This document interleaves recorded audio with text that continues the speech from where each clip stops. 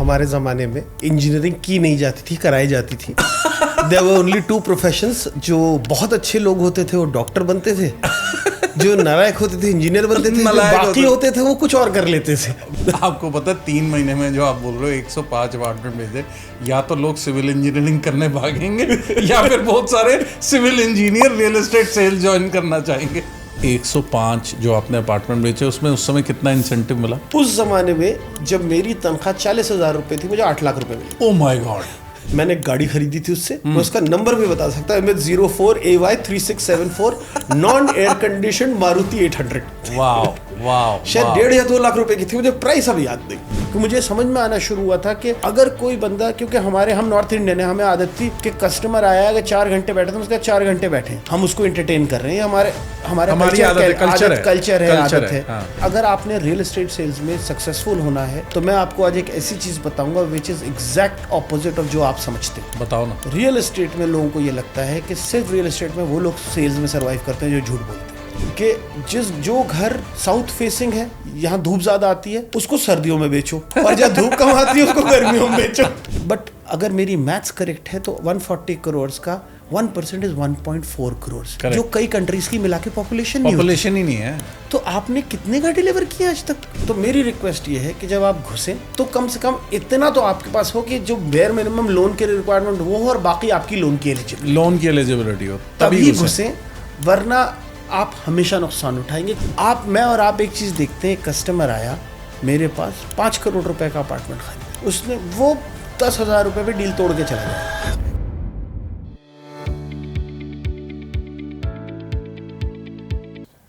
Welcome to podcast by space creators. आज मैं number नहीं बोलना चाहता, बट हमारा डबल डिजिट क्रॉस हो चुका है। तो आज का पॉडकास्ट बहुत बहुत बहुत बहुत बहुत बहुत बहुत फिल्मी है। फिल्मी इसलिए है कि ये एक ऐसे इंसान की कहानी है, somebody who was an engineer, or I would say is an engineer, but engineer not by choice, by compulsion, and then got into real estate. He has traveled Mumbai, Dubai, Punjab and Gurgaon and even Delhi. इन्होंने हर culture में real estate बेचना सीखा है। इन्होंने हर culture में real estate को बनते हुए देखा है। इन्होंने हर कल्चर में रियल एस्टेट में पैसे भी बनाए हैं और बनाते हुए भी लोगों को देखा है। और इनके पास इतना रिच एक्सपीरियंस है सेल्स का, जो इन्होंने इस पॉडकास्ट में दिल खोल के ऑनेस्टली हम सबके साथ शेयर किया। ये one of the most candid podcast है और आपको देखने में बहुत मज़ा आएगा, जैसे मेरे को आज शूट करने में आया। तो आज आप मिलेंगे आमिर हुसैन से, जो कि प्रेसिडेंट फॉरेस्ट डेवलपर्स हैं, और इन्होंने सेंट्रल पार्क से लेकर आईरियो से लेकर दुबई से लेकर हर जगह काम किया है। So welcome Aamir Hussain. Welcome Aamir भाई to podcast by space creators. Thanks. तो आमिर भाई, आज हमारा जो गोल है ना इस पॉडकास्ट में, आपका जो 31 साल का प्रोफेशनल एक्सपीरियंस है उसको पूरी तरह से ग्रैब कर लेने का है। हम चाहते हैं कि हमारी ऑडियंस को एक एक चीज़ जो आपने सीखी अपनी स्ट्रगल से, चैलेंजेस से, उससे सबसे बहुत बहुत बहुत फ़ायदा मिले। You know I'm an open book, so I'll tell you whatever you'll ask me. तो पहला क्वेश्चन ये है कि आपने AMU से सिविल इंजीनियरिंग की थी, मेरे ख्याल 93 में। 93 में। अब उस समय इंजीनियरिंग करना बड़ी बात थी, मैं भी ऑलमोस्ट उसी टाइम का हूँ। तो इंजीनियरिंग करने के बाद आप रियल एस्टेट में कैसे आए, या उस समय आपने ये नहीं सोचा कि मैं एक गवर्नमेंट जॉब इजीली मिल सकती थी आपको, या मैं पूरी तरह से सिविल इंजीनियरिंग में घुसूँ? मतलब वो सब स्टोरी क्यों हुई कि आप रियल एस्टेट में आ गए? हमारे ज़माने में इंजीनियरिंग की नहीं जाती थी, कराई जाती थी। There were only two professions, जो बहुत अच्छे लोग होते थे वो डॉक्टर बनते थे, जो नालायक होते थे इंजीनियर बनते थे, जो बाकी होते थे वो कुछ और कर लेते थे, मेरे जैसे। हर तरह का था। तो engineering happened quite by accident. My dad said he is an engineer, you have to become an engineer. तो like they say in 3 Idiots, my fate was sealed. but not that I was one of the most brightest students. I was a cricketer. But with time, I did my engineering. After that, by that time, the golden era of civil engineering was over. In fact, we were a burden on the country. क्या बात कर रहे हैं? Yeah, there was a time when there were no jobs for civil engineers. ये 93 की बात कर रहे हो? By 93, jobs for civil engineers are completely dried up. अच्छा. Government job was unthinkable. Even a private job was not forthcoming for anyone. I happened to get a job in Bombay through a contact of a friend of my dad. अच्छा. That's how I landed up with a construction job. With a construction job as a civil engineer? As a civil engineer with a company called Landmark Builders Private Limited, which was a subsidiary of Lupin Laboratories Limited, a pharmaceutical firm. ये बॉम्बे में था? ये बॉम्बे में था. अच्छा. Lupin's head office happens to be in a place called Kalina, which is very close to Bandra Kurla complex as we know it today. अच्छा. Then Kalina was more famous. अच्छा. Yeah. तो वहाँ पे आपका जॉब प्रॉपर सिविल इंजीनियरिंग का? हाँ जी. तो उसके बारे में कुछ बताइए. मैं जब मैंने ज्वाइन किया तो मैं उसके बाद मैं जब पहुंचा वहाँ पे तो दे सेड कि ठीक है, एक प्लॉट ऑफ लैंड था, उसमें गड्ढा खुदा हुआ था, गड्ढा खुद रहा था, इनफैक्ट कंप्लीट भी नहीं हुआ था. तो वहाँ लाइन आउट से लेकर के और फाउंडेशंस डालने से लेकर के और बिल्डिंग बनाने तक 5 साल तक मैंने वही काम किया. उसमें 2 बिल्डिंग्स थी. ईच बिल्डिंग, अब तो मैं सेल्स वाले ज़्यादा हूँ तो इसलिए उस तरह से बताया था, वरना पहले अलग तरह से बताया था. तो 4 अपार्टमेंट्स टू अकोर 14 माले की 2 बिल्डिंग्स थी. अच्छा. तो there were total of 112 apartments and in that time it was a high end building. It had a swimming pool in it. Its complex, which was unheard of in that area, in a place called Airoli, Navi Mumbai. कहाँ? Airoli है एक जगह नवी मुंबई में. अच्छा, नवी मुंबई में. हाँ, मलाड से एक ब्रिज है विच कम्स इनटू Airoli, जहाँ आज रिलायंस की फेमस फैक्ट्री है, जो फैक्ट्री है रिलायंस, जहाँ रिलायंस का ऑफिस है मेन. अच्छा. वो उस जमाने में नोसेल हुआ करती थी. अच्छा. गवर्नमेंट की फैक्ट्री थी, केमिकल फैक्ट्री थी. तो उस रोड पे Airoli पड़ता है, बिटवीन वाशी एंड थाना. तो आपने अपनी इंजीनियरिंग डिग्री का पूरा यूज उठाया वहाँ पे? हाँ, नौकरी तो मिल गई थी. नहीं, 5 साल आप बोल रहे हो कि? हाँ, 5 साल काम किया, पूरी बिल्डिंग बनाई. हाँ. सीखा सब कुछ वहाँ पे बिल्डिंग से रिलेटेड. उसके बाद हमारे एक रियल एस्टेट के स्टारवॉल्ट हुआ करते थे, उनका नाम था मिस्टर अनुराग गोविंद. ओके. अब तो मेरे ख्याल से मुझसे उम्र में काफ़ी बड़े थे वो. उस ज़माने में वो मेरी 40-45 साल के रहे होंगे जब मैं 20-22 साल का था, 23 साल का. तो I am assuming he must be 70+ today. And I haven't spoken to him in a while, but I wish him the best of health. तो सर ने मुझे, मतलब आते थे साइट पे, he would talk to us about real estate sales, what he would do in Ansals. He was one of the veterans of Ansals. अच्छा. He would tell us stories. It would intrigue me. But was Ansal present in Bombay? No. He was based out of Delhi. Lupin got him to Bombay to make the real estate division bigger. अच्छा. To sell the हाँ, जैसे मैं और भी आपको आगे बताऊंगा कि हमने कौन कौन से प्रोजेक्ट्स किए. मैं छोड़ के जब आ गया था वापस बैक दिल्ली, तो उन्होंने और क्या क्या किया उन्होंने कंपनी ने वहाँ पे. तो they wanted to become big in real estate. Mister Deshbandhu Gupta, the owner of Lupin, his daughter Kavita, he had a son, I remember his name correctly, Mr. Nilesh was his son, and he had a daughter Kavita. He had other daughters as well, but Kavita was the one associated with real estate, so I remember her name. She was my boss's boss, so that's how I remember her. Okay. So she Anurag ji would talk about his experiences in real estate. I was from Delhi, so both of us were from the same city, so he would tell me what all he's done with Ansals. अच्छा. कैसे sales करते थे, क्या होता था. तो I would listen as a apt audience, and then that would end there.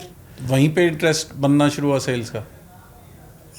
आज with hindsight I feel मुझे मज़ा आता था, बट मुझे पता था मुझे कोई सेल्स नहीं करने देगा. सेल्स तो बहुत सूट टाई वाले पॉलिश लोग करते हैं. हम सिविल इंजीनियर थे साइट पे बैठने वाले, तो हमें कोई इस पर कंसिडर भी नहीं करेगा. अच्छा. उस वक्त तो थॉट प्रोसेस ये था, तो इसलिए सुन लेते थे what he would say, but इससे आगे मतलब कभी उस वक्त सोचा नहीं था. तो सेल्स का किस्सा कैसे शुरू हुआ? कुछ चीज़ें डेस्टिनी होती है. वैसे मैं 100% एथीस्ट आदमी में किसी चीज़ में नहीं मानता दुनिया में, लेकिन कुछ चीज़ें मेरा मानना ये है कि वो डेस्टिनी बन जाती है, उनको डेस्टिनी का नाम दे देते हैं. चलो, either ways let it put it that this is what was bound to happen, और it happened like this. He one day came up to me and Mr. Anurag Govind. हाँ. अच्छा. He came up to site one day and said, यार तू करता क्या है पूरे दिन? बिल्डिंग तो बन गई है. तो मैंने कहा सर आप अगला प्रोजेक्ट. पूरी बिल्डिंग बन चुकी थी? पूरी बिल्डिंग फिनिश हो, 112 अपार्टमेंट्स फिनिश होके हर चीज़ हो चुकी थी. उसमें कुछ करने को काम नहीं था. हम सिर्फ बैठ के कुर्सी तोड़ते थे, कुछ नहीं करने का. तो हमारा अगला प्रोजेक्ट था, उसकी डिजाइनिंग वगैरह आती तो आर्किटेक्ट के ऑफिस चले जाते थे. तो यही कर रहा था मैं. तो देन वन डे एंड हाँ, एक हमने ऑफिस बनाया था जहाँ हेड ऑफिस वाले या तो किसी चैनल पार्टनर को उस जमाने में ब्रोकर कहा करते थे उनको, या किसी चैनल पार्टनर को या किसी सेल्स वाले को भेज दिया करते थे, वो आता था. It was a very remote location at that point of time in life. So people would come there.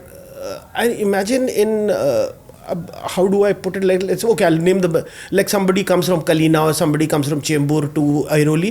It's a big distance, and people in town wouldn't come here. If people who are from Bombay would understand what I'm saying.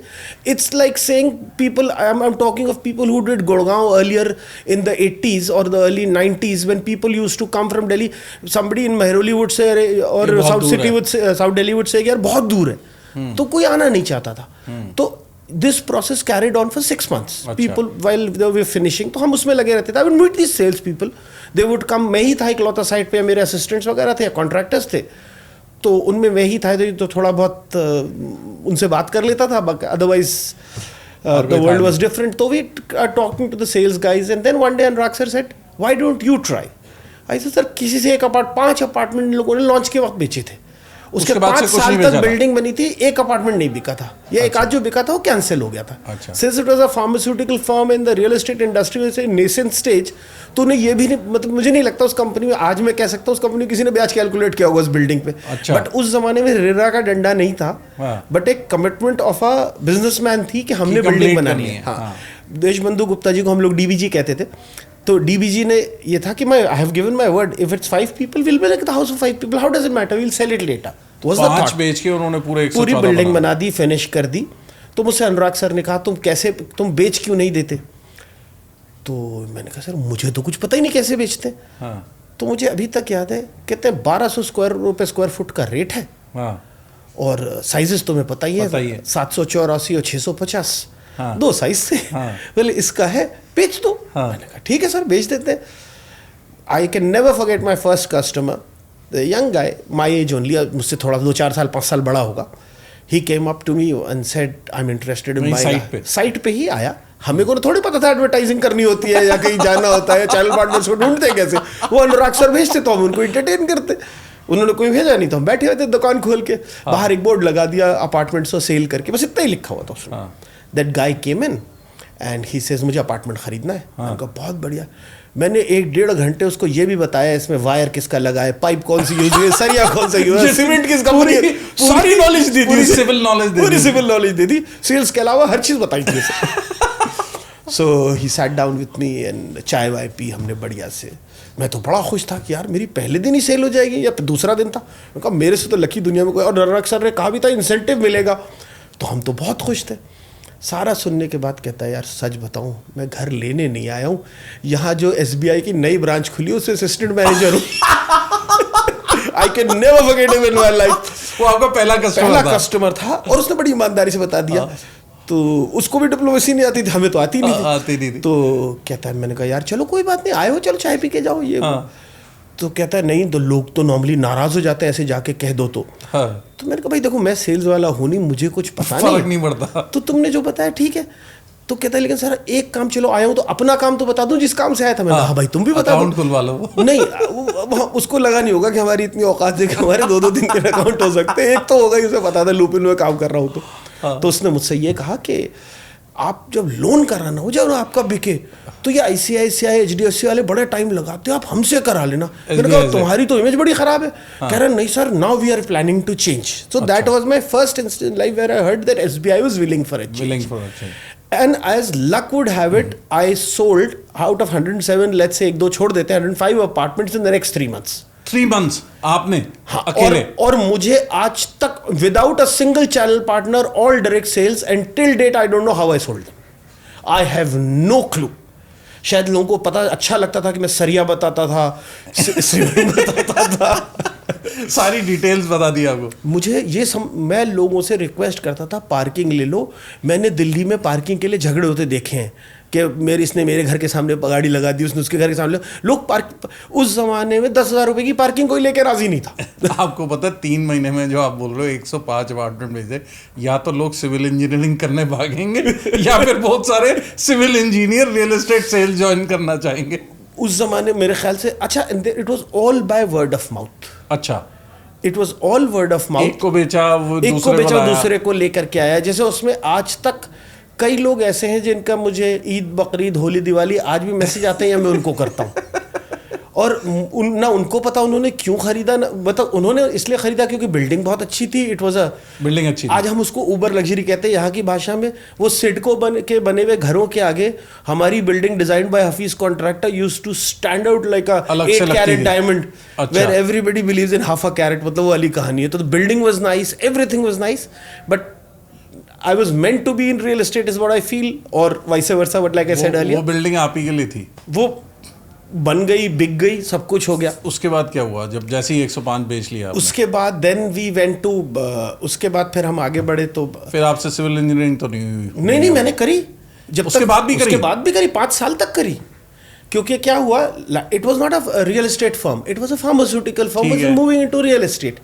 तो उसके बाद जब मैं वहाँ अगले project पहुंचे, निर्लॉन से पहले हमने किया था, जिसमें शॉपर स्टॉप है लिंकिंग रोड, एसवी रोड पे, बॉम्बे में बैंड्रा पे एक वी बनता है। वो बिल्डिंग इतनी करीब थी उस जंक्शन के कि उसका एक साइड लिंकिंग रोड पे खुलता था, एक साइड एसवी रोड पे खुलता था। तो बिल्डिंग का नाम था सबर्बिया, उसमें शॉपर स्टॉप खुला था। अच्छा। तो मैं दिन में कंस्ट्रक्शन भी करता था, जब बीच में टाइम मिलता था, जैसे अनुराग सर ने उस जमाने में shopper stop was a brand 93 में, तब कुछ और होता नहीं था, शॉपर स्टॉप ही था। तो मूवी टाइम सिनेमास थे उसमें, तो Anurag sir would involve me in everything कि अच्छा चलो शॉपर स्टॉप जाओ, उनसे ये बात करके उनकी क्या रिक्वायरमेंट्स हैं, कैसे होना है, क्या होना है, तो लीजिंग कैसे होनी है, रेंट क्या होगा, कैसे कमर्शियल का कैलकुलेशन होता है, सिनेमा के साथ कैसे करना है। तो मेरा प्राइमरी, आपको लीजिंग भी पूरी समझ में आनी शुरू हो गई? आज लगता है कि शायद समझ में आनी शुरू हो गई थी, बट उस वक्त तो ये लगता था कि मैं तो मेनली इंजीनियरिंग पर्सपेक्टिव से जा रहा हूँ, और ये चीज़ें जो है ये बॉस मुझसे करा लेते, अच्छा है मुझे सिखा रहे हैं। एक बीच में इंटरप्ट करूँगा, 105 जो आपने अपार्टमेंट बेचे उसमें उस समय कितना इंसेंटिव मिला? उस जमाने में जब मेरी तनख्वाह 40,000 रुपये थी, मुझे 8 लाख रुपए मिले थे। Oh my God. Anurag sir और डीबीजी वर रियली जेनरस। मुझे 8 लाख रुपए, मुझे अभी तक याद है, मैंने गाड़ी खरीदी थी उससे, मैं उसका नंबर भी बता सकता है, 04AY3674 non air condition Maruti 800। वाह शायद 1.5 या 2 लाख रुपए की थी, मुझे प्राइस अभी याद नहीं। और जब मैं उस गाड़ी में आया था, sorry we going off topic, but जब उस गाड़ी में मैं आया था तो मेरे दिमाग में पहला ख्याल ये आया था, यार जबकि मैं गया वहां तक ट्रेन में था, जहाँ बोरीवली लेने गया था, और मैं सोचता था लोग दुनिया में ट्रेन और बसों में भी चलते और पैदल भी चलते, ऐसा कैसे हो सकता है। I have bought a few cars in my day after that, but nothing ever gave me the same pleasure. Same pleasure as that, the first one. तो उसके बाद आपने दूसरी बिल्डिंग में लीजिंग भी लीजिंग की। उसके बाद और तरह मुझे याद नहीं, बहुत से स्टोर्स और भी थे। Shopper stop and movie time इसलिए याद रहेगा because they were the first two, and then there were smaller ones, the big ones, so then the smaller ones, तो we leased all of them also, but the company did not sell that building. अच्छा, वो अपने self use के लिए थी, वहां पे leasing सीखी, मतलब लीजिंग के लिए leasing. Then I went into, there is another project called Nirlon, Bombay में ही, ये सारा बॉम्बे में था। तो बॉम्बे में टोटल कितना टाइम स्पेंड किया? मैंने 10 साल। Wow. I got married there, अच्छा, my son was born there, so it's a city I have, my in-laws still stay there, so it's a fond memory.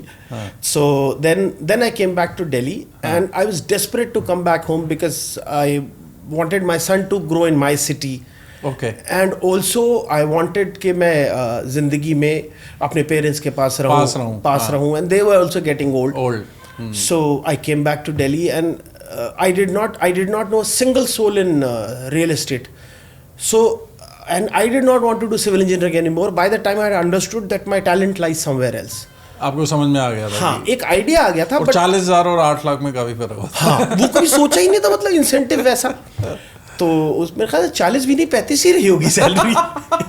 40 भी शायद मैं ज्यादा बता रहा हूँ। तो उसके बाद क्या हुआ, मैं यहाँ फिर मुझे एक अपॉर्चुनिटी मिली, किसी से मिला, उसने मुझे बताया कि यार दिल्ली जाने का एक जुगाड़ है, सैलरी भी बहुत अच्छी दे रहे हैं, ICICI बैंक वाले हाउसिंग फाइनेंस में ऐसे बंदे ढूंढ रहे हैं जिनको रियल एस्टेट की नॉलेज हो।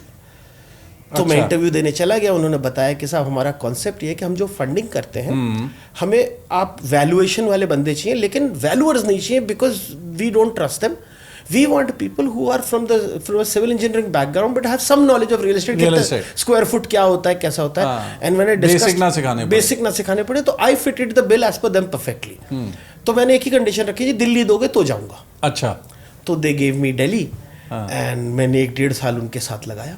दिल्ली में। फिर मुझे समझ में आया यार नहीं ये, फिर काफ़ी डेवलपर्स को जान गए हो गए आप। मैं ऑलमोस्ट 90% को जान गया था, ओनर्स बाय नेम। क्योंकि क्या होता था सबकी, उस जमाने में एपीएफ का कॉन्सेप्ट शुरू हुआ था। तो एवरी प्रोजेक्ट जहां क्या होता है? Approve project funding. अच्छा, बैंक आपकी बिल्डिंग को एक बार अप्रूव कर देगा, उसके बाद किसी को भी लोन लेना हो, किसी को भी लोन लेना हो तो बिल्डिंग का टेक्निकल और फाइनेंशियल इवैल्यूएशन दोबारा करने, लीगल एंड टेक्निकल दोबारा नहीं करते। जब बैंकिंग टर्म में यूज करूं तो लीगल और टेक्निकल की दोबारा जरूरत नहीं है। आप उसके बाद आइए। ये 1998 99 ये 2003 की बात। अच्छा 2003 की बात। 2003 2004 I did this, then I realized कि यार ये मेरे लिए नहीं बना। तो I left it and came back to real estate. तब आप कौन सी कंपनी में गए? मैं पारस में आया। अच्छा, पारस बिल्टेक। पारस बिल्टेक। तब मिस्टर हरिंदर नागर भी अपने स्टेज में थे। एक ही पारस डाउनटाउन स्क्वायर बनाया था। उनकी कंडीशन भी यही थी मुझे लेते वक्त कि तुम दोनों काम करोगे, सिविल का भी सेल्स का भी। अच्छा हाँ। तो सिविल इंजीनियर का टैग जो है उन्होंने वापस पहना दिया गले में। अच्छा। तो मैंने कुछ दिन तक पहना और उसके बाद काम किया उनके साथ। हमने पंजाब में प्रोजेक्ट्स किए 1-2, उसके बाद यहाँ किया गुड़गांव में। And that is when I got a very good opportunity to in Dubai. So I moved on to Dubai. Dubai में? Sorry, before Dubai, I got an opportunity with a company called Aditya Birla Retail. अच्छा. Again, off real estate, but into real estate. Like for example, they were planning to buy land and buildings or stores for their more mega stores or more stores. अच्छा. So I joined them. I saw that more brand था उनका. More brand आज भी है. आज भी है. I think Aditya Birla has sold it now. तो उसमें उस वक्त that was a very different challenge. Again, I can't quote the figures, but something very similar to me happened in my career from a French perspective. In retail, that had happened similar. Similar चीज़ यहाँ हुई. तो I worked there for a year. Then वहाँ मैंने I performed really well. और ये दिल्ली में ही था? ये दिल्ली में ही था. I used to look after North India. I used to travel entire North India. And उसके बाद 1 साल मैंने ये किया, बट फिर मेरा प्राइमरी लव रियल एस्टेट मुझे वापस खींच लाया. अच्छा. Then I went to Dubai and then the world turned upside down. 2008 Lehman brother hits 2008. मैंने 9 तक किसी तरह दुबई में टाइम काटा. तो लीमन ब्रदर्स क्रैश के बाद मेरी वो वाली हालत थी कि मैं इंडिया आता था तो लगता था दुबई बेटर है, दुबई जाता था तो लगता है इंडिया बेटर है. तो वहाँ किसी तरह से पर इंडिया तो फिर भी सस्टेन कर रहा था उस समय भी. दुबई में क्या था, जैसे I was working as the head for that company. Head of sales? No, not head of sales. CEO of the organization. CEO I was doing everything with a guy there who was the primary financer and the owner of the company, and I was the one who would do everything. It was a small company. तो वहाँ हम instead of selling buildings, we took land from the government and made those buildings for rent. Okay. तो मैं मतलब we try different deals, try and buy land of the government. We were doing a lot of things related to real estate. देखो civil engineering खाली नहीं जा रही थी. अभी तब तक सारी काम हो रही थी. सारे काम आ रहे. मतलब आपके फादर ने जो बोला था मैं इंजीनियर हूँ तुम भी बनो, तो वो फायदा हो रहा था. लकीली आज भी काम आती है. आज भी काम आती है. बहुत जगह काम आती है. जैसे मैं देखता हूँ सेल्स वालों को, दे आर स्ट्रगलिंग. कहीं एमएम में लिखा हो तो आज भी इसको square foot. The smart ones learn it, but the normal guy still has problems. Still have problems. But मेरी वो बेसिक ट्रेनिंग वो थी, तो वो मेरे लिए कोई चैलेंज नहीं है. और ऐसी बहुत सी चीजें, I am just naming the most basic one. So then I came and there was a firm that was up and coming called IREO. So I joined India Real Estate Opportunities Fund. Very few people know this. You're one of them who knows this. So I joined them. So since I was the desperate one looking for a job, they took me and packed me off to Punjab. अच्छा, पंजाब भेज दिया आपको. तो मैं 3 साल रहा मोहाली में. I launched Mohali, Panchkula and Ludhiana. Sales. This was a pure sales. Pure sales. इसके बाद से सिविल इंजीनियरिंग छूट गई. इसके बाद प्योर सेल्स में आ गया. प्योर सेल्स में आ गया. और उसके बाद मैंने as luck would have it, it was a new organization for Punjab. Gurgaon में we had done very extensive marketing. So everybody knew IREO. Punjab nobody knew IREO. कोई भी नहीं जानता. कोई भी नहीं. मतलब जब मैं लोगों को बुला के ये कहता था कि हम 3% ब्रोकरेज देते, तो मेरे मुंह पे चंडीगढ़ में लोग हंस के चले जाया करते थे. गुड़गांव में कोई नहीं हंसता था. बट वहाँ लोग हंस के चले जाया करते थे. मतलब आपको कोई जानता नहीं. और मुझे कोई पंजाबी नहीं आती थी. समझती थी बचपन से दिल्ली में रहा हूँ तो, बट बोलनी नहीं आती थी. और बॉम्बे का 10 साल का वैसे एक्सपीरियंस तो नहीं आया. मराठी में फ्लुएंटली बोल लेता हूँ. That's a separate reason altogether. तो उसकी वजह से मैंने चीज़ें सीखी और वहाँ पे बड़ी मेहनत करी शुरू में, बट आईरियो का ब्रांड एस्टैब्लिश हो गया पंजाब में and we sold like hot cakes in Ireo. So I worked there for around 3 years and we launched projects और मतलब in 3 years Ireo had a phenomenal name in Punjab. अच्छा. Gurgaon, of course, the marketing campaign was much bigger, so I will not compare it to Gurgaon, that will be unfair. But somewhere equivalent if you count money spent to the size of the product. Ratio के हिसाब से यहाँ पे मान लीजिए हमने 5,000 में grand arch launch किया था, वहाँ 2,200 रुपये पे लॉन्च किया था हमने. तो वो फर्क डिफरेंस हमेशा रहेगा. वो तो लैंड कॉस्ट भी कम होती है. लैंड कॉस्ट भी कम थी. कंस्ट्रक्शन में भी वो भाई grand arch had everything.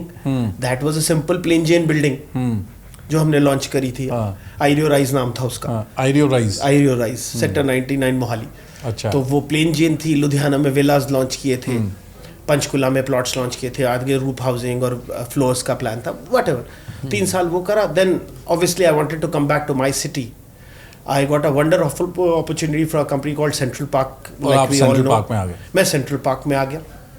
Central Park में जब आया तो सेंट्रल पार्क 2 उस जमाने में खत्म हुआ. Central Park most of the 2 was sold out. Town houses, penthouses बचे थे. अच्छा. And mister Bakshi is a wonderful man. He me and him we got down towards planning of CP3 जो flower valley कहते हैं. तो हमने वहाँ पे पहले प्लॉट बेचे. We were very successful. उस जमाने में क्या रेट बेचा था? मुझे अभी तक पहला एग्जैक्ट रेट याद है. 36,900 रुपये. 36,900 2000 आई थिंक 14 सॉरी हाँ 2014. तो जो रियल एस्टेट के बारे में कुछ भी सोचते हैं 7 टाइम्स हो गया अब. नहीं, उसकी भी एक बड़ी अच्छी स्टोरी है. There is a friend of mine जिसने मुझसे ये कहा कि आमिर भाई मुझे अपनी बेटी के लिए कुछ लेना है. And I know his daughters age because my son and his daughters age is the same. वो 1 साल छोटी है मेरे बेटे से. तो मैंने उसको प्लॉट लेकर के दे दिया. At that point कि डॉटर के लिए ले लेंगे, डॉटर की शादी के लिए लेना है. मतलब हमारी बातचीत आपस में बैठे थे ऐसी फ्रेंड्स, डिस्कशन हो रहा था कि रियल एस्टेट इन्वेस्टमेंट करनी है. तो मैंने कहा यार मेरा सोना आ रहा है, वो तुम्हें दिलवा देता हूँ. बट यार 1-8 साल में मतलब क्विक टर्न अराउंड मत एक्सपेक्ट करना. Everything is different. तो वरना फिर यहाँ गुड़गांव में कुछ देख लेते हैं. कहता है नहीं आप मुझे गारंटी दो कि आज से 10 साल बाद, उसकी बेटी must be 11-12 eight that point of time, अगर 10-12 साल बाद भी शादी करती है एट द अर्लीस्ट, तो कम से कम ऐसा हो जाए कि वो जो है प्लॉट बढ़ जाए, मेरा नुकसान ना हो, बड़ा हो. मैंने उसको लेके दिया और अच्छा प्लॉट चूज़ करके दिया. वो बेचारा 3 साल या 4 साल तक, ये नोटबंदी के बाद की तक की बात है, वो इंतज़ार करता रहा और रेट 36,900 ही था. अच्छा. हाँ 2017-18 सारी नोटबंदी पे 17-18 तक वो वेट करता रहा. रेट 36,900 ही था. मैंने एक और दोस्त को कह के वो प्लॉट दिलवा दिया उससे. वो उसको बेच दिया. हाँ बेचा क्या, मतलब मैंने उसे कहा he was also into real estate. He was a channel partner. में यार तो फ्लोर बनाता ही रहता है भाई, ले सेंट्रल पार्क में, तुझे पता है प्रोडक्ट अच्छा है. और वो जानता भी था मुझे और ये एग्जिट करना चाहता. और उसने हमारे दोस्त को 1 लाख रुपए ऊपर से एक्स्ट्रा दे दिए. 36,900 का जो अमाउंट दिया था 1 लाख रुपए उसने टोकन के तौर पे कि नहीं वो उसने. And that was very generous. Sir अच्छा नहीं लगता आप इतने साल वेट किया, अच्छा एक शगुन के तौर पे कुछ रख लो. ये पैसा आपको भी फलेगा मुझे भी फलेगा. और वो रेट कब 36,900 से 2 लाख रुपए हो गया. And me and my friend, his name is Aman. If we still sit together, we both laugh about it. And like Aman rightly always says कि यार मुझे तुम्हारा रियल एस्टेट फलता ही नहीं है. नहीं रियल एस्टेट पेशेंस का गेम है. पेशेंस का गेम है. कौन सी चीज़ कब पलट जाए कुछ नहीं पता है. सेंट्रल फिर हमने द रूम रीलॉन्च किया रहा क्योंकि पहले बिका हुआ था लीज करके जापानीज को. तो मेरा हमेशा ये होता है कि if there is a product in an organization, I have seen this, either I buy it myself if I am convinced, or I give it to my very close friends. So like my sister has still, me and my sister bought it together. My sister still has that apartment in the room. Acha. I wanted a 4 BHK but that was a little out of my budget in Central Park too. The townhouse was excellent. तो आपने Dubai, Punjab, Delhi, सोना, गुड़गांव, हर जगह real estate में काम किया. What are the difference in सारी cities के real estate में? ओके. या फिर जो रियल एस्टेट के लोग हैं उनमें? हाँ, मैं दोनों को डिफ्रेंशिएट करता हूँ. मैं शुरू कर देता हूँ बॉम्बे से. बॉम्बे में जगह नहीं है इसलिए घर छोटे हैं. अच्छा. But in Bombay, everybody, I'm not talking of real estate, I'm talking of Generally. Even real estate, the same rule applies. Bombay में कोई भी हर एक को अपने काम से काम. अच्छा. बॉम्बे में हर बंदा इज प्रोफेशनल. मैं ऐसा नहीं कह रहा हूँ हमारे यहाँ दिल्ली वाले नहीं है, वो भी वहाँ पे जाके प्रोफेशनल है. अच्छा, दिल्ली वाले बॉम्बे में जाके प्रोफेशनल है. अच्छा. जैसे होता है ना, इंडियन बाहर जाता है तो रोड पे थूकता नहीं है, लाइन पे चलता है, वैसे ही same logic applies there. Bombay में आज भी ब्रोकरेज 2% है और क्लाइंट एक पैसा वापस नहीं मांगता. डिस्काउंट नहीं मांगता. डिस्काउंट का कोई कॉन्सेप्ट ही नहीं है आज भी. चैनल पार्टनर बिल्कुल क्लियर मुंह पे कहता है कस्टमर से, सर आप कंपनी से रेट करो, मेरी पॉकेट की तरफ क्यों देख रहे हो, मेरा काम है आपको लाना. सो obviously why are channel partners different or why the sales guys different? I don't blame them because the customer is different. It's a customer driven market real estate. So जैसा कस्टमर होगा वैसे लोग होंगे. भाई मैं हर प्रोडक्ट का salesman extra अलग होता है, लेकिन अगर आप नोटिस करेंगे कि हर सेल्समैन जो है वो कस्टमर के हिसाब से ज्यादा होता है. कंपनी उसी को रखेगी. If they keep me in Delhi and I speak only French, why will they ever keep me? मतलब ही नहीं है. तो कहानी वही वाली है. तो Bombay as a very working professional environment, और वहाँ कस्टमर्स भी वैसे ही हैं, लोग भी वैसे ही हैं, और ओवरऑल माहौल भी वैसे.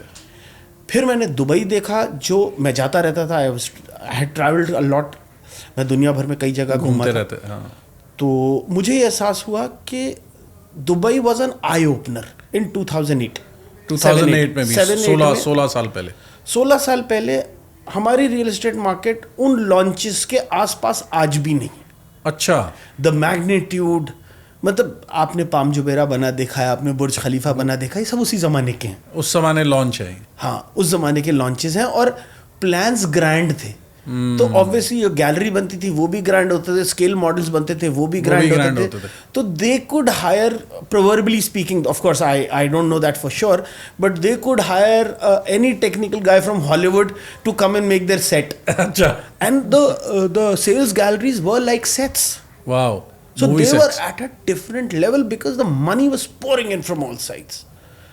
So then that was a completely different market. That is where I learnt that language by itself. If I crack a joke in Hindi, me and you or all the people sitting in this room will laugh. But a Filipino will be sitting like this, even if I'm cracking it in English, because his sense of humor is different. So the nuances of what I meant was the nuances of every customer very different. Very, very different. The professionalism is different. The thought process is different. Dubai में. So Dubai में, so there was a lot of learning from that perspective. कि यार हाँ, जो हम जिसको sure shot close मान रहे थे वो क्लोज भी नहीं है. हमें इंडिया में आते थे जो कस्टमर बहुत ज्यादा सवाल पूछता है, मुझसे इरिटेट हो जाते हैं. और वही क्लोज करता है. थॉट प्रोसेस बिल्कुल उल्टा है. वहाँ जो सवाल पूछ रहा है उनको पता है वो इंगेज्ड है. जो विशी वॉशी है वहाँ अच्छा जी हाँ करके चले वो उसको इंटरेस्ट नहीं, वो तो देखने आया. तो ये चीज़ मैंने वहाँ सीखी थी जिंदगी में पहली बार. कि मुझे समझ में आना शुरू हुआ था कि अगर कोई बंदा, क्योंकि हम नॉर्थ इंडियन है, हमें आदत थी कि कस्टमर आया अगर 4 घंटे बैठे तो उसका 4 घंटे बैठे हैं, हम उसको एंटरटेन कर रहे हैं. हमारा कल्चर है, आदत है. वहाँ पे कस्टमर आया है, अगर किसी ने आधा घंटा लगा लिया तो चेक दे के गारंटीड जाएगा. उस जमाने में मैं और इस पे एलैबोरेट नहीं कर पाऊंगा because of some there lot of people involved in this. But मैं कंपनीज के नाम नहीं बता सकता, दोस्तों के नाम नहीं बता सकता, हमने अपार्टमेंट नहीं बेचते थे उस जमाने, हम बिल्डिंग्स बेचा करते थे. पूरी बिल्डिंग में कितने जी 200 अपार्टमेंट हैं, 400 अपार्टमेंट है 2 टावर में. मुझे अभी तक याद है, मैंने एक बंदा था उसको बेचा था. वो आया था मेरे पास, मैंने उसको, वो गंदे कपड़ों में था, ही वाज अ पाकिस्तानी. तो जिसको मेरा ऑफिस बॉय लेकर के आया था कि सर इन्होंने ख़रीदना है. एक और बिल्डिंग थी उसके, मेरे दोस्त उसमें काम किया करता था. तो उसने कहा कि सर, मैंने उसको फ़ोन किया, मैंने कहा यार अपार्टमेंट, कहते यार ऐसे लूज चेंज में अपार्टमेंट नहीं है हमारे पास, सारे बिके रहे हुए. मैंने उसको बोला सॉरी भाई. तो उसने मुझसे हंस के कहा, अरे बिल्डिंग खरीदने का कस्टमर हो तो लाना. तो मैंने फ़ोन रख दिया. मैंने क्या, किसी डेवलपर ने, मेरे फ्रेंड डेवलपर जो काम करता था, उसने मुझसे हंस के ऐसे मजाक में कहा था अपने ख्याल से. मुझे नहीं पता था वो सीरियस है, मुझे लगा वो मजाक कर रहा है. वो सीरियस था. हमें तो कॉन्सेप्ट अपार्टमेंट बेचने का था. फिर बिल्डिंग कैसे बेच सकते हैं, अपार्टमेंट ही तो बिकेगा. तो उसके बाद जो है वो जो बंदा था पाकिस्तानी, उसने मुझसे कहा, तो मैंने उससे कहा कि यार ये ऐसे. तो मैंने कहा नहीं सर सॉरी, वो ना उनके सब सोल्ड, अब तो सिर्फ बिल्डिंग्स ही बेचे. हाँ भाई, हम 2 बिल्डिंग लेने को ही आया है. और उस बंदे के कपड़े ऐसे थे, मैं आपको गारंटी दे सकता हूँ कि उसके पास पैसे नहीं होंगे। अच्छा, खैर वो अब rest of the story slightly censored. उसके पास पैसे थे, उसने मुझे पैसे दिखाए और उसने 2 बिल्डिंग्स खरीदी। ओह माय मैं गॉड, आपको ये बता सकता हूँ। तो the whole world was pouring money into Dubai. Into Dubai from different avenues. उस टाइम पे कोई स्ट्रिक्टनेस नहीं थी। वैसे अभी भी ऐसा ही हो रहा है? नहीं, अब they have made it really strict. अच्छा, अब स्ट्रिक्ट हो गए। They want to know your source of funds. उस जमाने में कोई सोर्स ऑफ फंड नहीं था, आप पैसा लाओ घर आपका। अच्छा, हाँ बिल्कुल सिंपल। अब प्रॉपर है, अब प्रॉपर है। You have to give a cheque, source of funding बतानी पड़ती है आपको। उस जमाने में ऐसा नहीं था भाई। जैसे इंडिया में आज से 50 साल पहले आप कैश लेके जाते, बिल्डर कैसे रखते, कहते मेरी रजिस्ट्री करा दो, आप रजिस्ट्रार को भी कैश में देते, मिल जाता था।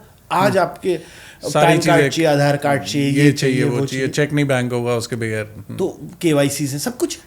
उस जमाने में दुबई में भी ऐसे ही था कि भाई कैश लेकर के आओ, लेकर के जाओ। वो आपको कैश की रसीद हाथ के हाथ काट के देते, कैश की रसीद दे देते थे। दुबई में कोई द लॉ वाज लाइक, हाँ, पूछताछ ही नहीं थी। हाँ, कोई पूछताछ नहीं थी। तो Dubai was a different learning experience. Then I came back here, then I went to Punjab, again a different learning experience. Like for example Ludhiana and Mohali were different. एक बात बताओ, बॉम्बे का इतना प्रोफेशनलिज्म, दुबई का इतना प्रोफेशनलिज्म, इंजीनियरिंग आपने की हुई, पंजाब में कैसा लगा हुआ? अपने जैसे ही लगते थे वो।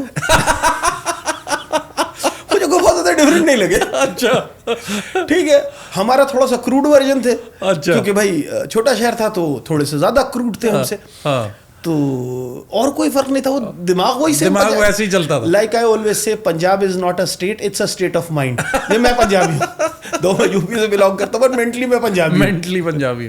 तो वहां मैं गया तो मुझे बहुत अनोखे नहीं लगे, अपने जैसे लगे। लेकिन for example I would meet businessman who are billionaires, I would not like to name them, we are sold to every known personality, but वहां के एक बड़े से बड़े बिजनेसमैन को जब हमने विला बेचा और जब वो विला इंस्पेक्ट करने आता था तो उसे ये पता होता था कि ये हैंडल कितने का है, ये डोर स्टॉपर कितने का है, उनको सारी नॉलेज होती है। तो मैंने कहा या तो इनके पास फुर्सत बहुत है या इनका बिजनेस बड़ा अच्छा है, पता नहीं इतनी नॉलेज कैसे। वहाँ सबको पंजाब में क्योंकि मैन्युफैक्चरिंग हब है, उनको एक एक चीज़ वो जब लेने आते हैं तो पूरी कैलकुलेट करते हैं कि कंस्ट्रक्शन कॉस्ट क्या आई होगी, क्या आई होगी, आप उनको घुमा नहीं सकते। And those are big people, I thought they don't have, like for example a guy like me doesn't have that much time in living in Gurgaon, जबकि मैं उनके मुकाबले कुछ भी नहीं हूँ, बट उनके पास बेइंतहा टाइम होता था, पता नहीं कैसे, very efficient people, management right.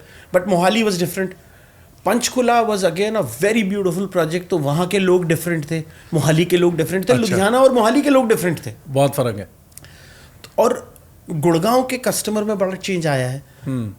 If I talk of 2003 to in 21 years time in Gurgaon, क्या फर्क आया? उस जमाने में ज्यादातर लोग दिल्ली से या तो बेच के आ रहे थे, हाँ, या वो सस्ते सस्ता ढूंढ रहे थे। वो ये बोलते थे वहाँ एक प्रॉपर्टी बेचो यहाँ 4 ले लो। हाँ, I would term it like if you want to see Gurgaon, look at the buildings of DLF that were made in the 90s and that they're making today. I know. वही DLF है जिसने रिजवुड, जिसमें मैं रहा करता था, वो भी बनाया है, और कमिलियाज भी बनाया। So Gurgaon has changed like that. हाँ, टुडे आज गुड़गांव में करोड़ों में घर है, हाँ, उस जमाने में लाखों मिल जाया करते थे। करेक्ट। तो times have changed, customer has changed. Now you have a lot of IT came in. So now you have husband wife working. They're both aspirational. They're both very young. They can buy a very expensive house. Expensive house as well. The whole world is investing in Gurgaon. Everybody knows to invest in Gurgaon is good. अब सिर्फ दिल्ली वालों का hub नहीं रह गया, नाम नहीं रह गया, बिल्कुल। अब पूरे इंडिया से, पूरे वर्ल्ड से, मतलब आई एम सरप्राइज, पीछे तो बहुत जैसे वेस्ट इंडिया से ज़्यादातर पहले गुड़गांव में इन्वेस्टमेंट नहीं होती थी, but over the last 3-4 years a lot of West India, Ahmedabad, Bombay, they've invested. हमने एक और ऐसे ही वेस्ट का देखा था, पहले सिर्फ साउथ दिल्ली वाले लेते थे, हाँ, अब वेस्ट दिल्ली वाले भी इक्वल आते हैं, नॉर्थ दिल्ली वाले भी इक्वल आते हैं। हाँ, तो टाइम्स हैव चेंज्ड। करेक्ट। अब आप अपने सेल्स के बारे में बताओ। जैसे आपने शुरुआत सिविल इंजीनियरिंग से की, मगर मैं मानता हूँ कि आपने सेल्स सीखने के हर जो रगड़ा कहते हैं ना, आपने वो सीखा है। तो अब मैंने जान के किया या लग गया ये तो मैं नहीं बता सकता, लेकिन एक था रगड़ा लगते रहे तो हाँ, उससे इट वाज लर्निंग। अब इसमें ये बताओ किसी भी इंसान के लिए कि कोई और प्रोडक्ट बेचना और रियल एस्टेट बेचने में क्या फ़र्क है? हर वैसे इनहेरेंटली अगर देखिए तो कोई फर्क नहीं है। बट सबसे बड़ा फर्क ये है, अगर मैं किसी में मैं एक दो इंडस्ट्रीज का एग्जांपल दे देता हूँ आपको। एक इंश्योरेंस बेचने वाले को ले लीजिए, हाँ जी, और एक मर्सिडीज बेचने वाले को ले लीजिए। अच्छा, ठीक है, इंश्योरेंस बेचने वाला आपको करोड़ रुपए का इंश्योरेंस तो बेच रहा है, लेकिन आपसे हजारों या लाखों में पैसे ले रहा है। बिल्कुल ठीक है। तो उसका प्रोडक्ट सुनने में बड़ा है, बट आपके पैसे नहीं लग रहे, तो आपके पॉकेट से जो निकलवाने हैं वो हजारों ही हैं। तो वो माइंडसेट अलग है। मैंने विपिन भाई को फ़ोन किया, विपिन भाई मेरे भतीजे ने ना काम शुरू किया इंश्योरेंस का, इसको एक 5,000 रुपये का चेक काट देना। विपिन भाई ने ठीक है यार, आमिर भाई कह रहे हैं पुराने दोस्त है, चलो बच्चा है और पॉलिसी भी अच्छी लेकर के आया है, लाओ इसका साइन कर दे, तो देता हूँ चेक। एक माइंडसेट हुआ। चलिए लग्जरी पे आते हैं। जो आदमी लग्जरी गाड़ी खरीदा, लेट्स से 1 करोड़ रुपए की कार खरीदा, उसका माइंडसेट अलग है। वो पहले तैयार होके आया है कि उसको ये ब्रांड लेना है। हाँ। उसको आपने 19-20 1 या 2 ब्रांड कंपैरिजन के लिए, उसके अलावा कुछ नहीं है उसको। वो बंदा सब अपनी रिसर्च करके आता है, किसी एक बंदे से पूछेगा या 2 बंदे से पूछेगा। अब आ जाते हैं रियल एस्टेट पे। Please don't confuse real estate sales with luxury selling of real estate. अच्छा, मुझ जैसे लोग या हम और आप जो हैं, हम अक्सर ये कंफ्यूज कर देते हैं कि मार्केट गुड़गांव ही है रियल एस्टेट सेल्स का। रियल एस्टेट सेल्स का market Gurgaon, yes it's one of them, but जैसे गुड़गांव मान लीजिए इंडिया की पॉपुलेशन 140 करोड़ है और गुड़गांव की पॉपुलेशन 70 लाख है। हाँ। इसी प्रोपोर्शन में घर भी बिकते हैं। गुड़गांव में थोड़े ज्यादा बिक जाते हैं। गुड़गांव में टिकट साइज बड़ा है। But if you don't take Gurgaon as a benchmark, you take real estate sales as a benchmark. One, to every normal customer, you're selling him something which is once in a lifetime for most of the Indians. Most of them. Still most of them. हम वही कहते हैं ना कि विपिन जी के पास 4 घर हैं गुड़गांव में। हाँ। बट वो विपिन जी हैं इसलिए उनके पास 4 घर हैं। हाँ। वो रियल एस्टेट के भी हैं, उनको उसका बेनिफिट भी पता है। वो 4 जगह अपना कुछ और कम करके यहाँ पैसा लगा लेंगे। But long story short, let's not talk of it. Most people के पास एक ही घर होता है। अब जब मैं अपनी जिंदगी की सबसे बड़ी चीज ले रहा हूँ, जैसे हमारी इंडियन भाषा में कहते हैं बेटी की शादी सबसे बड़ी चीज है, घर बनाना। हाँ। Now these are equivalent to each other. Lifetime goals हैं, लाइफटाइम गोल्स हैं और लाइफटाइम अचीवमेंट्स हैं। इसलिए when you look at real estate sales, it's the toughest. To us it sounds easy today because we're doing it over and over. साल हो गए। हाँ। But आज भी अगर कोई रियल एस्टेट में बंदा घर ले रहा होता है, जो रहने के लिए ले रहा है, वो चाचा से भी पूछेगा, मामा से, पापा मम्मी से, सास ससुर से तो पूछेगा ही पूछेगा। हाँ। उसके बाद चाचा ताया मामा, कहीं पता चल गया कि कोई दोस्त वहां पे रहता है या रियल एस्टेट में है या कोई लिंक निकल आया, वो वहां से भी पूछेगा, क्योंकि इतना बड़ा डिसीजन है। तो अब इमेजिन एक बंदा जो उससे आज मिला है, वो उसको कन्विंस कर ले जाता है कि तुम मेरे यहाँ ले लो। अब बताओ, which is tougher to say. I talk to people. There's, in fact, a sister of mine, she's my cousin, she's a doctor. Me and her were classmates. हमने साथ में पढ़ाई की थी। वो अच्छी थी पढ़ने लिखने वाली, वो डॉक्टर बन गई, हम नालायक थे तो हम इंजीनियर बन गए। तो उसने जो था, हम वो ही डिस्कस कर रहे थे कि तुम लोग करते क्या हो। तो मैंने से कहा कि मैं अगर तुम्हारे साथ 1 घंटे बैठूं तो मैं तुम्हारे पिछले 20 साल के बारे में तो बता सकता हूँ। मैं ये भी बता दूंगा तुम्हें क्या पसंद है, तुम्हारे पति को क्या पसंद है, तुम्हारे बच्चों को क्या पसंद है। वो बोलेंगे ये कैसे। ये हमारा सेकंड नेचर बन चुका है। हम कस्टमर के साथ कोई स्क्रिप्ट नहीं है कि हमने 10 सवाल रख लिए, बट ये हमारा तो रियल एस्टेट में वही। और कितने लोग रियल एस्टेट में आए और चले गए, ये मैं और आप भी जानते हैं। हजारों लाखों। जितने बचते बहुत कम परसेंटेज है, फिल्टर जो हो जाते हैं, वो इसीलिए बच पाते हैं कि वो ये आर्ट सीख जाते हैं। Not that they are anyway superior to anybody, धक्के खा के सीख जाते हैं। जैसे भी सीखते हो, कुछ इनहेरेंटली सीख के आते होंगे, कुछ। अब जैसे मैं अपना एग्जांपल दूं तो मैं सीखता चला गया और it came very naturally to me. तो मैं सीख गया। हो सकता है नहीं सीखता तो आज नहीं होता रियल एस्टेट इंडस्ट्री में, कुछ और कर रहा होता जिंदगी। अब वो होता है दुबई से ही मैं एक चीज़ बता रहा हूँ। One of my friends once told me, this is about 7-8 years back. वो एक करियर रिसर्चर है, उसने करियर रिसर्च करती है। उसने मुझे बोला विपिन, रियल एस्टेट जो आप सेल्स करते हो, real estate is the most toughest job in the world. I 100% agree. This is my career research says.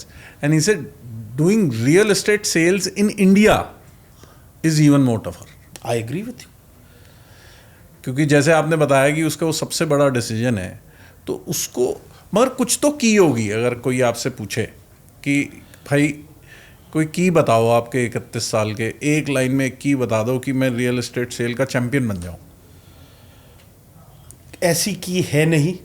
आपको मैं अक्सर अपनी टीम से ये कहता हूं कि तुम्हें जो कैलकुलेशन सीखनी है, और अक्सर लोग सिखाते नहीं है, यकीन रखते ना बताएं।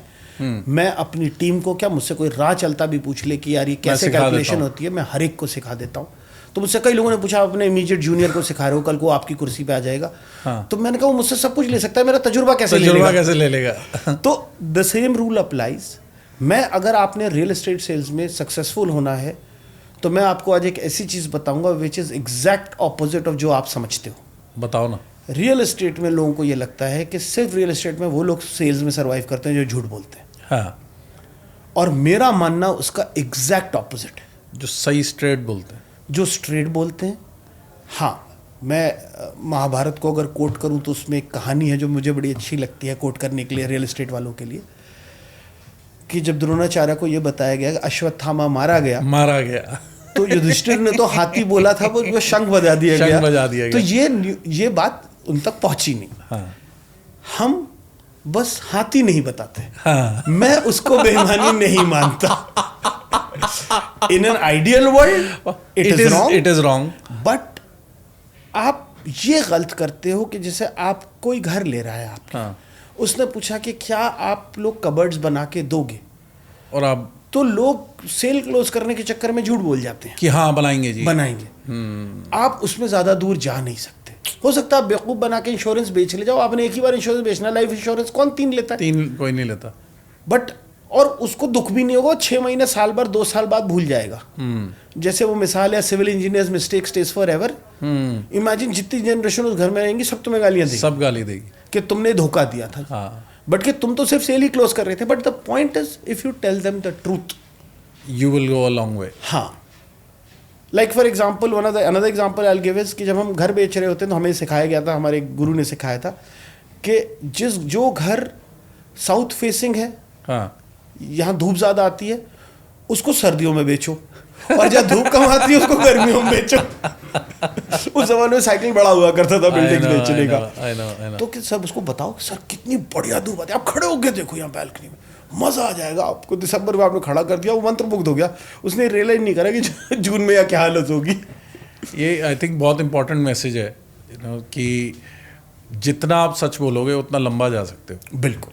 और आप देख लीजिए जो लोगों ने सर्वाइव किया, जैसे आप हैं, वो सर्वाइव इसीलिए किया है, उसका बहुत सिंपल रीजन है कि एक आध आदमी तो दुखी हर एक से होता है, I am not saying that, but most of the miss selling नहीं की, मिस सेलिंग किसी को नहीं की। मिस कम्युनिकेशन हो सकता है, but that the customer also customer is very smart to understand the difference between the two. और रियल एस्टेट क्योंकि इतना बड़ा एसेट है, इसमें मिस सेलिंग तो मेरे हिसाब से एक तरह से पाप है, अगर आप मेरे से पूछोगे तो। बट इमेज तो यही है। हाँ, इमेज यही है मेरे ख्याल से, इसीलिए हम ये पॉडकास्ट भी करते हैं। हमारा main, I applaud your effort. मैं इसको अटेम्प्ट ही बोलता हूँ, और कोई मेरे से पूछता ना क्या है, मैंने ये अटेम्प्ट है, कि मुझे नहीं पता कि इमेज ऑल्टर होगी नहीं होगी, मगर ये अटेम्प्ट है। मैं आपसे 100% एग्री करता हूँ। मैं जब बहुत बचपन में कहीं बाहर गया था तो मेरे दिमाग में एक चीज़ चिपक गई थी कि लोग यहाँ गाड़ी बड़े तमीज़ से चलाते हैं। अच्छा। मैंने अब जा करके, मैं पिछले, आज मेरी उम्र 53 साल है, मैं पिछले 25-30 साल से, हमारे ज़माने तो बहुत जल्दी चलाने लगते थे, 35 साल से ज़्यादा से गाड़ी चला रहा हूँ। हाँ। बट मैं हमेशा कोई रोड क्रॉस कर रहा होता था, रुकता था। लोग एक ज़माने में लोग मेरे ऊपर हंसा भी करते थे, मगर आज काफ़ी लोग रुकते हैं। मैंने अब देखा है गुड़गांव एक ऐसा शहर है जहाँ पे आज अगर आपको कोई हॉर्न मार के काट के निकल जाए तो आप घूम के देख लेना कि किसी और शहर से आया है, या तो दिल्ली का नंबर होगा, या HR का कोई और नंबर होगा, या किसी और शहर से होगा। गुड़गांव का नहीं होगा। गुड़गांव का नंबर 26 या 98 नहीं होगा, रेयरली होगा। There will be exceptions always. So now the whole city is like me, is what I feel. We are still not like the goras, but we are still good in our own right. Like Chandigarh, I used to appreciate this about Chandigarh. Yes. So similarly, it's an effort which you are undertaking. I also believe in the same. There are people like this coming in.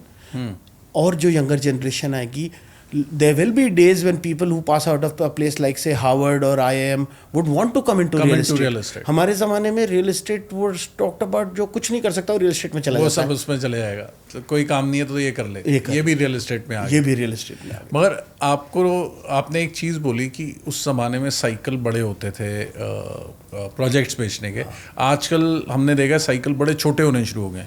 मतलब कई बार तो एक हफ्ते में, पिछले 3 साल में जो हुआ है, एक हफ्ते में पूरा प्रोजेक्ट 1000 फ्लैट बिक गए, कभी 400 फ्लैट एक नाइट में बिक गए। तो ये ऑर्गेनिक है? मेरे 31 साल के तजुर्बे को मैं इस तरह डिवाइड कर देता हूँ, पहले 6-7 साल, मैं 25 साल कह देता हूँ उसको, जो मेरा रियल एस्टेट में गुजरा है। इन दोस 20 रादर पूरे 31 का ही कहता हूँ, when I passed out, civil engineering was the most useless profession. Then came a time where it was the most sought after profession. आज की तारीख में जब मैं 93 में पास आउट हुआ था तो रियल एस्टेट का रिसेशन था, इसीलिए वो 5 बिल्डिंग प्लॉट बेचने का लोगों कैंसिल वापस होके लूपन थी तो उन्होंने बना दिया, हर एक के बस की भी नहीं थी। और लोग कहते थे इंडिया में रियल एस्टेट इंडस्ट्री चल ही नहीं सकती, हर आदमी अपना घर बनाएगा। मैंने वहां से करियर शुरू किया था, मुझे तो कोई मतलब नहीं था, मैंने तो घर बना लिया था, बिके ना बिके। बट आई सॉ दैट, तब फिर मैंने तेजी देखी उसके बाद 97, 98, 99 बहुत तेज था। फिर मैंने 2002-2003 में फिर रिसेशन देखा, फिर डाउन गया।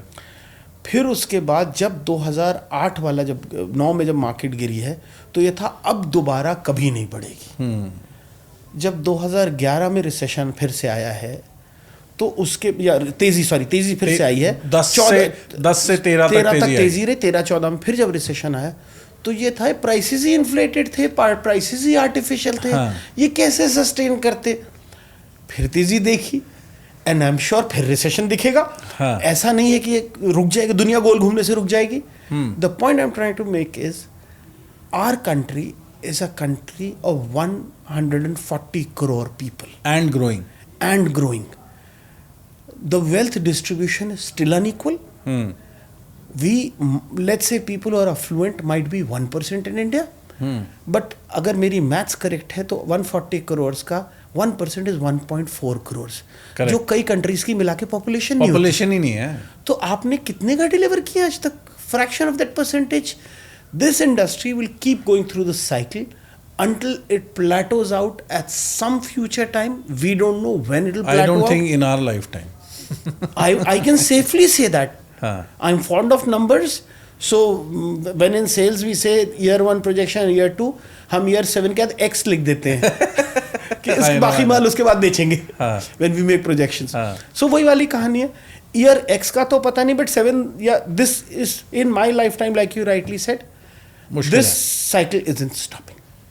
एंड एक चीज़ और बताओ, जैसे गुड़गांव है, ठीक है, कई लोग बोल रहे हैं गुड़गांव जो है वो रिसेशन प्रूफ है, जैसे टफ एंड स्टील है, ये बढ़ता ही चले जाएगा और इसका कोई एंड नहीं है। शायद 25,000 रुपये स्क्वायर फीट भी कम है, 50,000 हो जाएगा, 1 लाख हो जाएगा, it will be like Bombay pricing. कई लोग ये बात कर रहे हैं, आप मानते हैं उसको?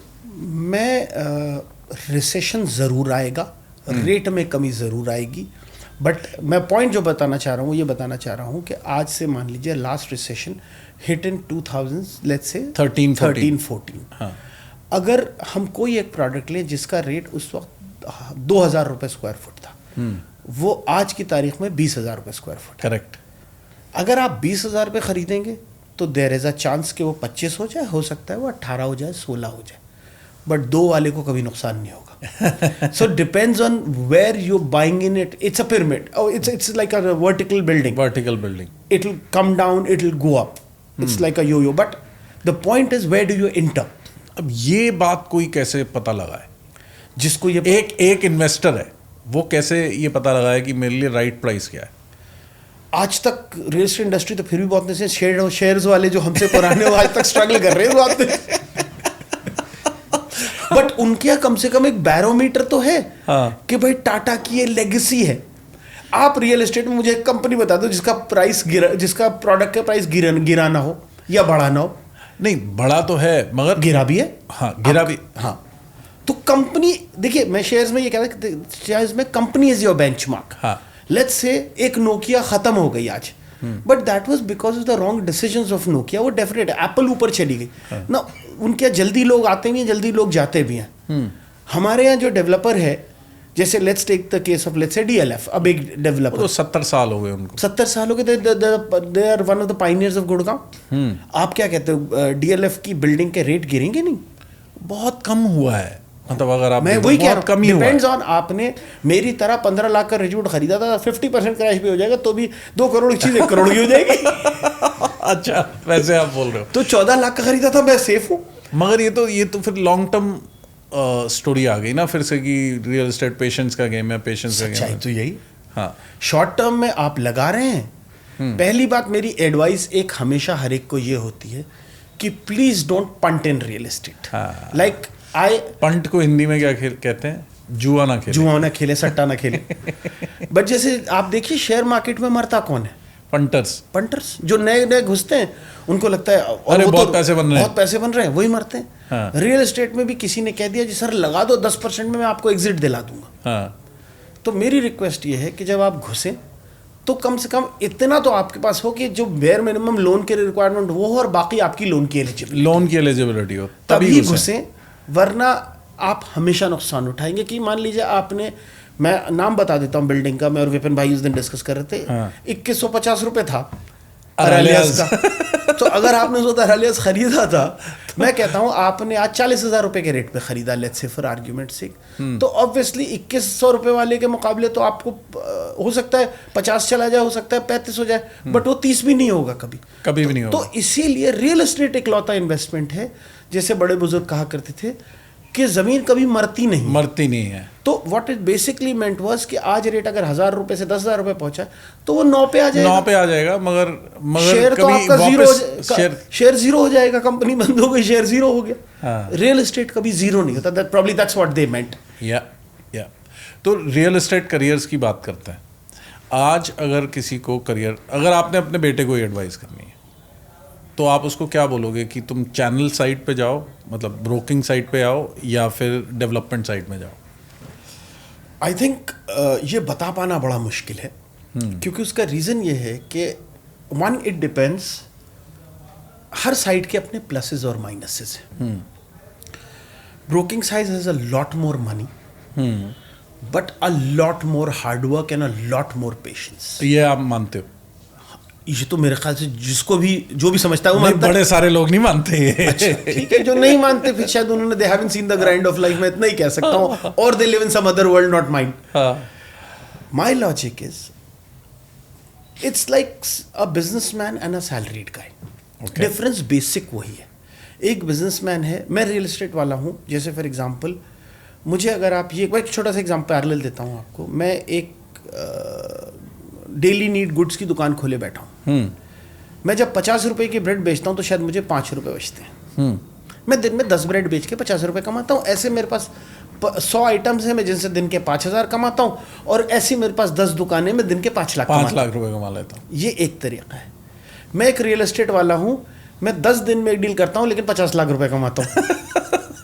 आप मुझसे कह दो 5 रुपए की ब्रेड के लिए हिल जाओ, क्या आपको लगता है मैं कभी हिलूंगा? कभी भी नहीं। तो ऐसे ही अगर आप चैनल पार्टनर हो तो यही आपका माइंडसेट है। आप जो डील कर रहे हो आप उसमें अपना प्रॉफिट मैक्सिमाइज करने की कोशिश करते हो, either it from the developer, either it from the customer. अच्छा, एक प्रॉब्लम और है कस्टमर, जैसे for example a customer will always tell you, अरे आपने किया ही क्या है, आपने तो हम दोनों को ही तो मिलवाया है। बोल भाई, जिस दिन तुम्हें यहाँ बैठा दूंगा उस दिन समझ में आ जाएगा करना क्या है। तो यही डिफरेंस है एक बिजनेसमैन का और एक सैलरीड वाले बंदे का। वही एक चैनल में और डेवलपर साइड में डिफरेंस है। अगर आप नौकरी पेशा इंसान है, पहली तारीख को तनख्वाह चाहते हैं, अकाउंट में 7 तारीख को, depending on cycle, but I was cyclist, तो आप नौकरी कीजिए। और अगर if you are the adventurous kind who have the ability to work for long hours and give it your 100% and still not be sure कि पैसा आएगा नहीं आएगा। सुबह लग रहा था डील हो जाएगी तो 5 लाख आएंगे, शाम को कस्टमर ने फोन नहीं उठाया। तो वो है रियल एस्टेट में। क्या होगा, आपका बॉस बुला के आपको 2 बातें सुनाएगा, फिर साइकिल चालू हो जाएगी, फिर नया कस्टमर आ जाएगा। बट आपकी जेब से कुछ गया नहीं, आपकी तनख्वाह महीने के आखिर में मिल जाएगी। तो depends on your temperament, and मुझे ये लगता है कि more than temperament it is the choices that we makes us that. मैं किसी को एडवाइस आइदर की नहीं करूंगा क्योंकि मैं किसी का टेम्परामेंट समझ नहीं सकता। मैं मेरे बेटे का नहीं समझ सकता, किसी और को छोड़ दीजिए। आप दोनों पिक्चर दिखा दोगे कि भाई ये दो पिक्चर है, अब तू चूज कर ले तेरे को कहाँ जाना है. With my kids, I have always maintained this, that I will show you the positive and negative of everything in life. आपको चूज करना है, the decision is yours. You will. I give them an example कि अगर मेरा हाथ टूटे, my mother would be the most hurt. Yes. But she will never feel the pain of that I'm going my through. hand is feeling. Her heart might be paining more than my heart, but her hand will never feel that pain. Correct. एक चीज़ और बताओ, क्योंकि आपने बहुत सारे developers के साथ काम किया, तो डेवलपर्स मींस डेवलपर के प्रमोटर्स के साथ काम किया, एंड जो हमने सुना है और जो हमारा एक्सपीरियंस है कि मोस्टली डेवलपर प्रमोटर की इतनी ज़्यादा इन्वेस्टमेंट लगी होती है, इतना प्रेशर होता है, वो लोग टेम्परामेंटल भी होते हैं एक लेवल पे. उनको आप as a sales head, president sales, आप हैंडल कैसे करते हो? I think they are like any other businessman in the world. They want to maximize their profits, and they are willing to take the biggest risks. They are not temperamental. Had I been in their place, I would have probably gone mad. They are इसीलिए आप developer side मतलब developer बनने की कोशिश नहीं, हर आदमी नहीं बन सकता. नहीं बन सकता. किसी भी बिजनेस मैंने, they are businessmen. हाँ. And they are successful businessmen because real estate run करना हर एक के बस की नहीं है. हाँ. क्योंकि इट्स अ टफ बिजनेस. आप मुझे कंपनीज, एक कंपनी बता दीजिए जो उस लेवल की हो और इंडिया में रियल एस्टेट कर पा रही हो. गोदरेज कर रही है, बट गोदरेज की कितनी परसेंटेज है रियल एस्टेट में? Very minuscule. शायद इतने जीरो लगेंगे परसेंटेज में उससे पहले कि वो गोदरेज वाले भी बोर हो जाएंगे. हाँ. कि इतना कम है. उसका रीजन क्या है? मेरा मानना ये है कि India has very tough land issues. Number one, land acquisition issues. No, land acquisition तो चलिए कर लिया आपने या किसी और ने करके आपको दे दी, बट उसके बाद भी बहुत इशू है. Approvals are tricky. Indian real estate is not very very professional. और हर स्टेट की बहुत फर्क, हर स्टेट की अलग है. उसके बाद क्या होता है कि जब आप रियल एस्टेट में इसमें आते हो एज अ डेवलपर, आपका हर डिसीजन इज वर्थ क्रोर्स. मैं और आप एक चीज देखते हैं, कस्टमर आया मेरे पास 5 करोड़ रुपए का अपार्टमेंट खरीद रहा है, उसने वो 10,000 रुपए पे डील तोड़ के चला जाएगा. करेक्ट. मुझे सैलरी मिलेगी, आपको एक परसेंटेज मिल जाएगी. यही तो होगा हमारे साथ. बस यही होगा. बिल्डर का 5 करोड़ का नुकसान हो गया, क्योंकि बिल्डिंग जो बन रही है उसका खर्चा भी हो रहा है, हर चीज हो रही है. हाँ. तो these are guys who I think keep their cool. They are not temperamental because there is so much money riding into it. Not everybody is able. They borrow money, for example, which is running on interest. You take a loan from a bank. People who have EMIs running, and once they lose their jobs, you ask हालत them खराब हो जाती है उनकी. what they're going through. मतलब मरने को होता है. अब आप इमेजिन एक बंदे के साथ जिसने इतना लोन लिया हुआ है बिल्डिंग बनाने के लिए, बैंक से लोन लिया हुआ है, प्रॉपर्टी में खुद का पैसा इन्वेस्ट किया हुआ है, और 10,000 के पीछे डील नहीं 10,000 के पीछे, या आपने अपनी, चलिए 10,000 तो मैंने आपको बहुत अच्छा एग्जांपल दिया. आप बैठे हैं, आपकी ईगो है, मैं नहीं दूंगा, नहीं मेरा मन नहीं है. हाँ. कस्टमर आया चला गया. हाँ. आपने उसका 5 करोड़ का नुकसान कर दिया, तो पागल क्यों नहीं होगा यार, मैं भी हो जाऊंगा उसकी जगह. तो these are all reasonable people as long as they're convinced that आप ईमानदारी से काम कर रहे हो. ईमानदारी does not only mean financial, it means the effort required you're putting in, the product design is correct. I don't know a single developer who ever has a problem. Wow. The problem is they obviously, like any if a manufacturer walks into a manufacturing plant or a factory, he sees a million things wrong and he gets angry at it, which is natural. Same holds true for real estate. यहाँ human interaction ज्यादा है real estate में, इसलिए शायद ये ज्यादा highlighted है. Correct. नहीं, ये सिर्फ ह्यूमन इंटरेक्शन की वजह से हाईलाइटेड है या फिर स्टेक्स बहुत हाई है? दोनों रीजन है. ह्यूमन इंटरेक्शन भी है. आप एक बात बताइए, अगर आपका प्लांट चल रहा है तो कितने उस प्लांट के मैनेजर्स ऐसे होंगे जो ओनर से मिलते होंगे? बहुत कम. रियल एस्टेट में एग्जैक्ट ऑपोजिट है, सारे मिलते हैं. उसका रीजन यही कि बहुत स्टेक्स बहुत हाई है, इस वजह से इंटरेक्शन बहुत हाई है. कहाँ ओनर प्लांट पे आता है रोज रोज किसी बड़े? ना नहीं आता. रियल एस्टेट का हर ओनर नोज कि उसकी कौन सी लैंड कहाँ है, अपनी कुर्सी पे बैठ के. लैंड कहाँ है, वहाँ पे पूरा कब्जा ढंग से है या नहीं, कौन सी डिगिंग हो रही है, सब पता होता है. क्योंकि उनके नंबर्स एक डिफरेंट लेवल पे चल रहे हैं। दूसरा क्या है, पब्लिक प्रेशर भी तो है। पब्लिक प्रेशर है। Real estate salaries are higher than any other salary. I worked with organisations where they have multiple businesses.